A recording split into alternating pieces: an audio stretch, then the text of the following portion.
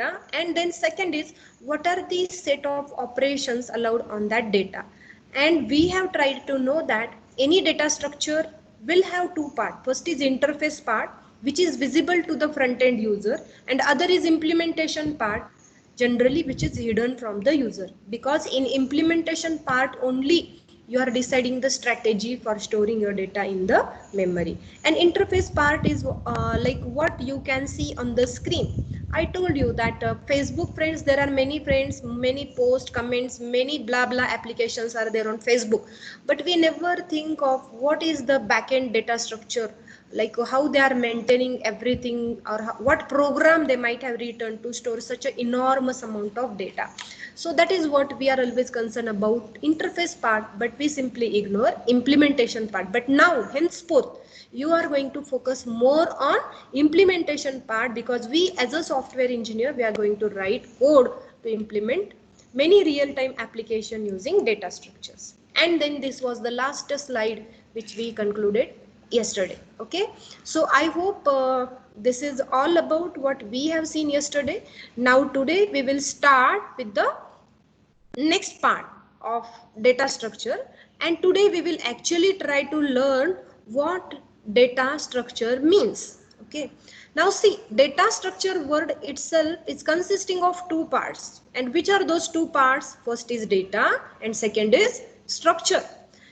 To start with, can you please tell me what is data? Let us try to define data today. Can you define data? Can you define data? What is data? Data is What is data? information. Data is Information. information. Input How many of you information. agree with this, that data is information? Store the information means data.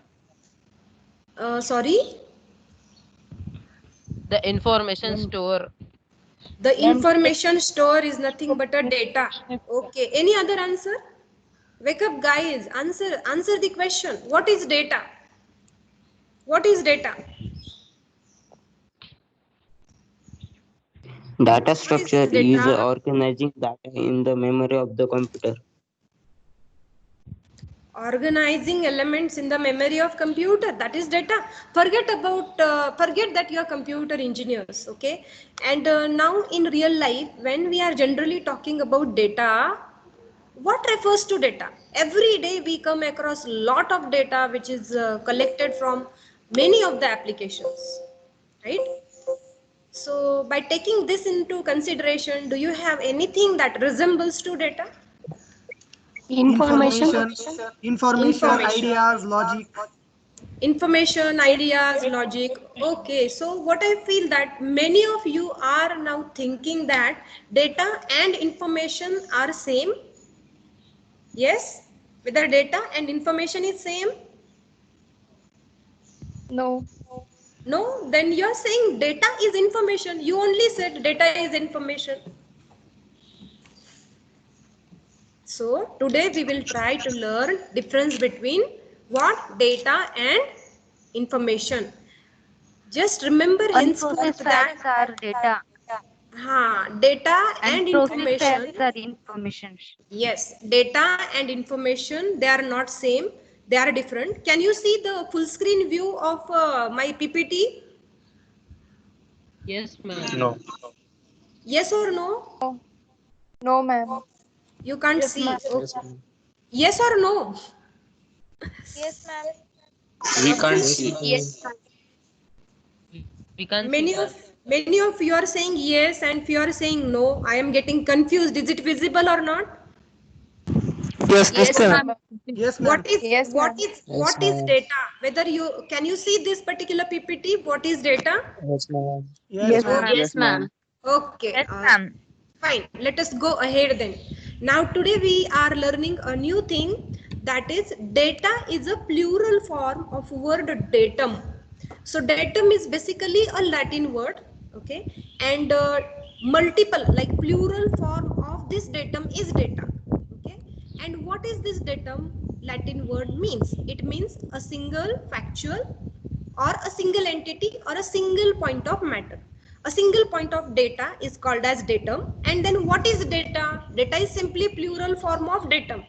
So if a single point is called as datum, of course collection of points will be called as data, or collection of points is called as a data set. So datums are also called as data points, and data represents a collection of data points. Okay, so what is the difference between datum and data? Data refers to multiple points and datum refers to the single point. So datum is basically a Latin word which refers to the single data point. Okay, and nowadays we also use this data for showing single data or multiple data. Like you can read the last line. So the same word data can be used in a singular or plural form. So sometimes you can say that my data is so and so, and sometimes we can also say like my data are. But which one seems good? My data is seems good, even though you are referring to multiple data points. In that case, we rarely say, or I have never heard that my data are, but that is also right. Okay, so I hope you understood the definition of data. Data is nothing but a collection of data points. Now what can be data? Somebody correctly answered that data can be facts, logic, right? So data comes from multiple dimensions. Sometimes we can have numerical numbers as data, we can have facts as a data, even we can have observation. Suppose consider that we have weather information department, which is updating the information of weather after a few hours. So whether it is going to be rainy, cloudy, or how much millimeter rain will be recorded in specific area, and so on. So these are all the observations which are collected from the sensors, right? There can be quantities, there can be measurements, there can be graphs. Okay, so all these things, they are, or they can be considered as data. Okay, but now what is information? There is a very large difference between data and information, but generally people use these words alternatively, but it is not so. Data is different and information is different. So at a very basic level, you can say that data is raw. Okay, data is raw and it is collected from multiple sources. Now when this data is analyzed, processed, stored, and some meaningful information is derived, some meaningful patterns are derived from data, then it is transformed into information. Are you getting what I'm saying? When data is processed and analyzed, what we get out of that? We get information. So knowledge is, what is information is what? Information we get from the data, and then from information we are getting the knowledge. Okay, so knowledge, again, it can be collected from multiple sources. You can see two examples I have quoted here. When we are traveling, maybe in train it is not seen, but if you are traveling via air, that is through the flight, then many instructions are given to the passengers regarding seat belt and their safety purpose, and so and so. So that is information. Okay, so information is related to a specific thing. Even though when you are on their railway platform or even bus platform, some announcements are continuously going on. So that is information. See, on platform, there are many people talking this and that, blah, blah, blah around you. But all that thing you can consider as a data. What is information on a railway platform? The announcements which are coming from the cabin that so and so train is late or approaching at the whatever number is given, that platform you need to reach. So I hope now you got the difference between data and information. So data is raw. When that data is processed, analyzed, then it is translated into the information, right? Suppose I have result of student with me. I have result of student with me. Say first year computer engineering student result is there with me. But if I want to find a result of specific student, then what I will do? I want to find information of specific student from that data. Okay. So for me, what will be the information? Let us say I want to find how many marks are scored by, say, Saloni Deshmukh. Okay, so I will look for what is her PRN number. So that PRN number I will enter there, and then I will check the name, is it Saloni, and then I will retrieve the record. So whatever information is retrieved after that, analyzing, processing, the result sheet of entire class is nothing but the information. Okay, so I hope now you got the difference between data and information. So data is raw, it is generalized, but information is specific. Okay, fine. Now see, there is a nice picture which you can see on the screen. You know that see, computers, they are very mad devices because they understand only zeros and one. You write program in any high level programming language, but ultimately that data will be translated into series of ones and zeros. Now see that one fellow is working on those ones and zeros, and that lady, what she is doing, she is translating that data into information. So here on the left hand side you can see lot of ones and zeros are there, but is there any pattern, is there any use of that data? No, there is no any pattern in the data. But what that lady is doing, she is analyzing the data, and then that data is now converted into the form of graph, form of chart, or in a specific tabular form. Okay, so now here we say that my data is now translated into the information. Okay, now see, many times you visit social media websites, say Twitter. On Twitter, discussions are going on many topics. So yesterday only, now UGC has announced that final year engineering students, they need to give the examination, and lot many tweets are coming from the users. So all the tweets which are collected at the Twitter end, that is data now, that is not information. But when I apply some technique like sentiment analysis, or when I use something like natural language processing to analyze what people are trying to say, are they in favor of giving examination, or are they in against of giving examination, or what is public poll?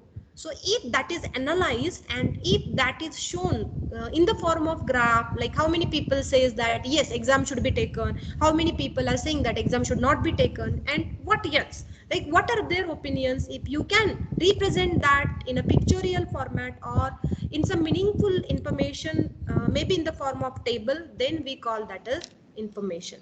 So this is how I have given you example. And the data is fine, information is fine. Now what is knowledge? All are knowledgeable, we say that all are knowledgeable, but Hello, how ma'am. knowledge comes? Hello, Yes, ma'am. We are on what is data I slide. can you see the knowledge slide? No. No, ma'am. No, ma'am. We are on the We are same on slide. second What is slide. data? Second slide. Have you seen this Yes, slide? ma'am. Yes. Yes, ma'am. Yes. Okay. How it is visible, Can ma'am? you see knowledge slide? Yes, Yes, ma'am. ma'am. Yes, ma'am. Okay, should I Yes, make ma'am. should I make it as full screen? Yes, ma'am. Yes, ma'am. No, ma'am. No. Full Is it screen visible? नहीं है. Is it visible now in full screen format? Yes, ma'am. No, ma'am. No. No, madam. No. Ma'am. Yes, ma'am. No, ma'am. And now I need to find the information from your pollings. Few of you are saying yes, few of you are saying no. What should I understand? Is it visible? Can you see the knowledge slide in full screen mode? Is Not it in there? full No, screen, ma'am. No, Okay. madam. Let it be Ma'am, like full this. screen मध्ये नहीं है. Okay, now can you see the knowledge slide at least? Yes. Yes, ma'am. Yes, Yes, ma'am. ma'am. Okay, so let it be in a small size, no issues. Yes, ma'am. Okay, ma'am so zoom करते ये तो थे. okay, fine. You just zoom it wherever you feel, wherever you want. Okay, fine. Now, what is knowledge? What is knowledge? Knowledge is acquired through education or experience. But I personally feel that simply using education, you cannot be a knowledgeable person. At equally, you should have experience as well. Okay, so when there is a combination of education plus experience, then you will get knowledge.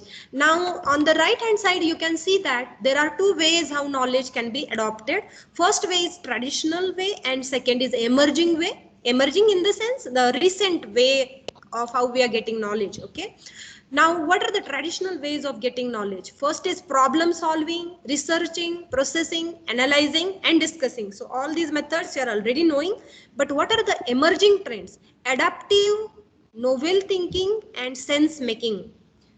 Now what is this adaptive word? Adaptive means what? It is ability of human being to change with the environment. We need to be adaptable with the change in environment.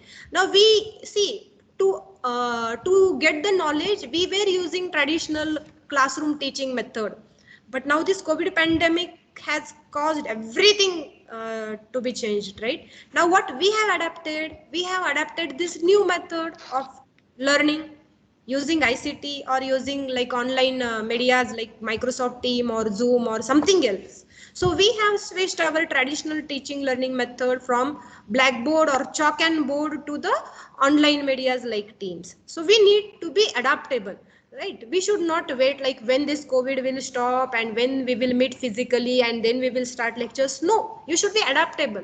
You should change yourself with the time, with the environment. Then it is called as what? Adaptiveness, or we say that user is adaptable user. Okay, then second is novel thinking. Given any problem, you should not try to find more problems from the problem statement, but you should try to find out the solution. So problems can be many, but try to find what can be the novel solution for a specific problem. Novel is a new which was not discovered initially. Okay, and then sense making. Making is like when you learn something, what you get actually, that is what we call as a sense making. So emerging trends I have discussed. Okay, so knowledge is acquired through information, facts and skills. Okay, and knowledge, it can be theoretical knowledge or it can be practical knowledge. Theoretical is what you are just understanding the subject, but practical knowledge is what you are implementing the concepts which you have already studied in that particular subject. So just remember that knowledge we acquire through education and experience, and there are two methods of acquiring knowledge: traditional method and emerging method. Now there are some components of the knowledge. See why I am teaching all these things, because knowledge, this point is there in our syllabus. So if at all question is there on the knowledge, then you should not say that we don't have knowledge of knowledge. Our teacher have skipped this part. This should not happen. That's why it doesn't seem so good, or doesn't, of course it makes a sense because it is one of your syllabus topic. Fine. So there are some components of the knowledge. Mainly there are three components: data, information and knowledge. As I already discussed, data is raw, so it comes at very ground level. From data we extract the information and we extract the knowledge from the information. So first of all there will be data in the hierarchy, and then the information, and then there will be knowledge. And at the left hand side you can see the phases as well. First is collecting the data. Okay, so that is first step is what? You're simply collecting the data. Then organizing, summarizing and analyzing. These three phases will give you information from the data. And in the last phase, what we are doing, you are synthesizing the data and you are making the decision. What is to synthesize? The word synthesize means what? You are converting something in the electronic format. So I have already shown that figure of ones and zeros. So that data, first of all, we feed that data to the computer, then computer translates that data into ones and zeros, and then from those ones and zeros we are reaching to some conclusion in the form of graph or in the form of table. Okay, so synthesize is what? To convert some data to the electronic format, and then from that we are taking a decision. Like before few minutes you said that full screen mode of slide is many of you were saying not visible, but few of you were saying that it is visible. But I found that many of you were saying no. So what decision I took then? I decided to keep my slide or presentation in a normal mode only. That is a small size PPT you will be able to see. So based on using these particular phases, you can get knowledge of some particular topic or some particular point. So these are the phases or components of the knowledge are three, and then on the left hand side there are how many phases? 6 phases. So first two they are contributing in data, middle three they are middle two they are contributing in information, and then the last two they are contributing in the knowledge phase. Okay, fine. Then this is very important thing which want to share with the students. This is not part of the syllabus, but what I feel is knowing is more crucial than knowledge. Okay, now you will say, what is the difference between again in knowing and knowledge? Already we have discussed that knowledge is simply what right now you are acquiring the knowledge. How we acquire the knowledge? Knowledge is like gathering the information in comprehensible form through the senses, and generally it is from outside. See, right now what is happening, I am teaching you something and you are trying to get some knowledge out of that, isn't it? So knowledge always comes from the outside, and knowledge is function of senses and brain. Now why it is written like this? Because I am teaching you something, you're watching me, you're listening me, maybe you're writing something. So of course all these are senses, okay? And that's why it is said that knowledge is a function of senses and brain. But now see the left hand side, which is more important. Knowing is what? Knowing is understanding. Knowing always happens in the present. Knowing is function of intelligence, and knowing is far more important, as when you take the inputs through your senses, then it get to your brain, and then the real thing happens by using your intelligence. So knowing is totally yours. Knowledge, okay, you have the knowledge, but knowing is more important than the knowledge. Now just try to read the lines which are written in the green words. See, if knowledge was the real thing, now knowledge is what? You're simply acquiring knowledge from the outside sources. So we know the hard disk. Then hard disk would have been a Pandit. Pandit, you know, na? Pandit is someone who have knowledge of all, who knows everything, right? Vedas and all those things, okay? So if the knowledge would have been important, then hard disk would have been called as a Pandit, and Google search engine would have been the wisest thing on the earth. Okay, and encyclopedias where all information is stored might have ruled the world through its knowledge, right? It would have ruled the world through the knowledge. But whether it is so, no. Still human beings, they are dominating over everything. Why? Because we try to know, we have knowledge, okay, we gain experience, and based on that then we are taking the decision. So we say that knowing is more crucial than knowledge. So even though this slide is not part of the syllabus, but yes, you should know this, okay? Before you know the knowledge, you should understand that at least knowing is more important than knowledge, okay? Fine. Then moving ahead, now this is our first slide talking about data structure. What is data structure? Now we have discussed in the last class as well. Data structure, what we discussed yesterday, it is a way of organizing data in memory so that it can be easily fetched, okay? Now let us try to split this term into two words. First is data and other is structure. Now what is data? Data is simply a value which is set of values which are of different data types like string, integer or character.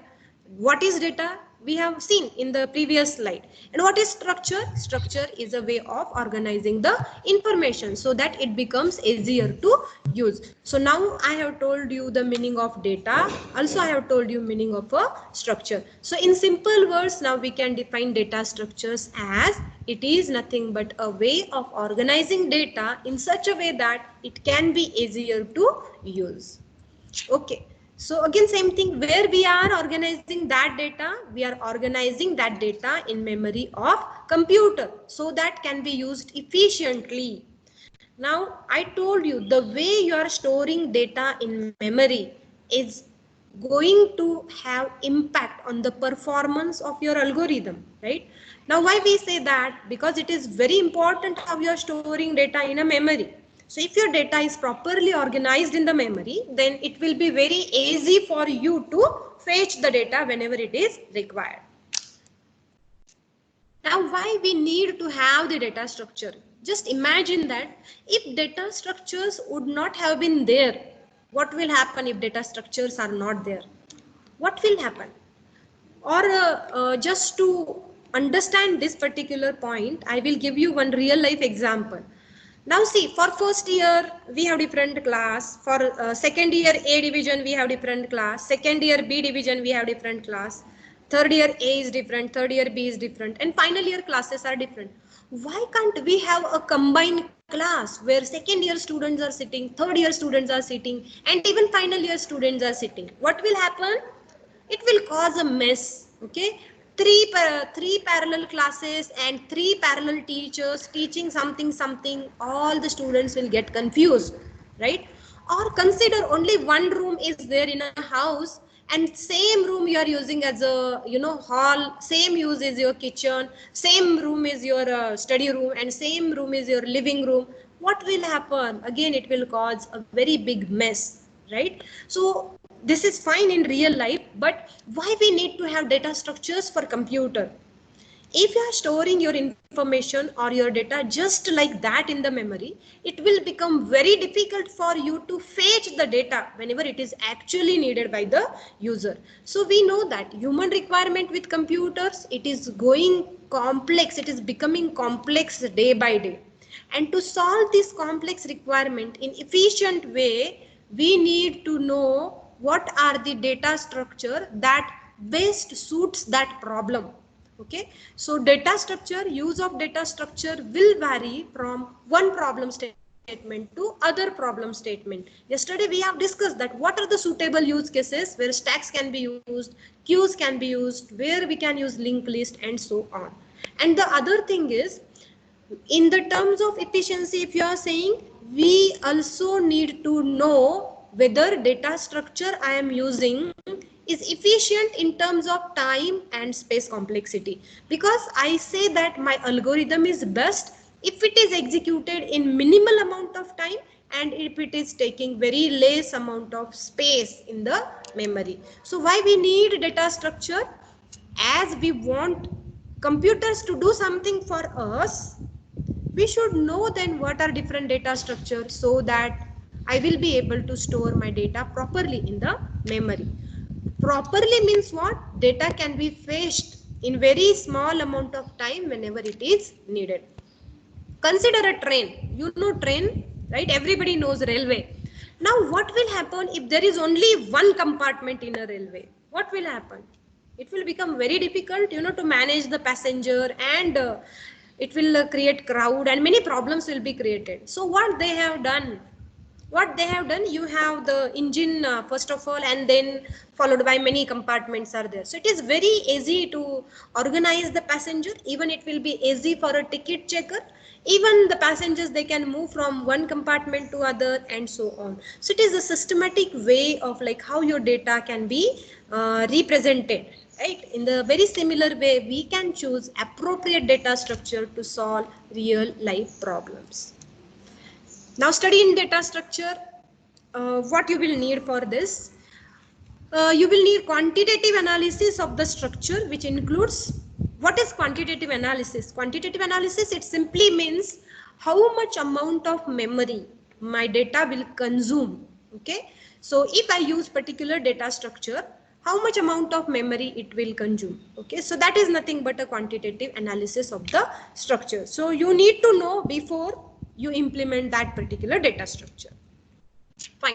Now coming to the classification, very, very important topic. Many times questions are asked on this topic, like give the classification of data structures or explain types of data structure. This is other way how the same question can be asked.